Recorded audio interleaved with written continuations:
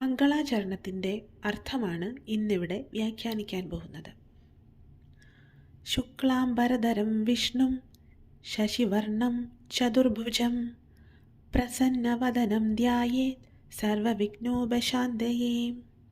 ശുക്ലാംബരം വെളുത്ത വസ്ത്രം, ധരം ധരിച്ചവൻ, വെളുത്ത വസ്ത്രം ധരിച്ചവനും, വിഷ്ണു സർവവ്യാപി, ശശിവർണം ശശി ചന്ദ്രൻ, അപ്പോൾ ചന്ദ്രൻ്റെ നിറത്തോടു കൂടിയവനും, ചതുർഭുജം 4 കൈകളോടു കൂടിയവനും, പ്രസന്നവദനം പ്രസന്ന വദനനായിട്ടുള്ള ആ ഭഗവാനെ, സർവവിഘ്നോപശാന്തിയെ എല്ലാ വിഘ്നങ്ങളും അകലുവാനായി ധ്യാനിക്കുന്നു.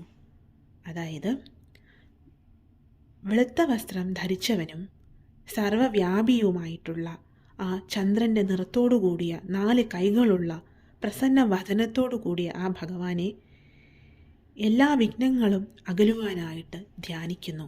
ഇതാണ് ഈ ശ്ലോകത്തിൻ്റെ അർത്ഥം വരുന്നത്. ഇത് നമ്മൾ വിഘ്നശാന്തിക്കായി ഗണപതിയെ പ്രാർത്ഥിക്കുന്നതുകൊണ്ട് ഗണപതിയുടെ മംഗളസ്തോത്രമായി പറയുന്നു. അതുപോലെ തന്നെ വിഷ്ണു സഹസ്രനാമത്തിൽ ഈ മംഗളാചരണം വരുന്നതുകൊണ്ട് വിഷ്ണുവിനുള്ള മംഗളാചരണമായും പറയുന്നു. ഹരേ കൃഷ്ണ, ജയ ശ്രീ രാധേ രാധേ.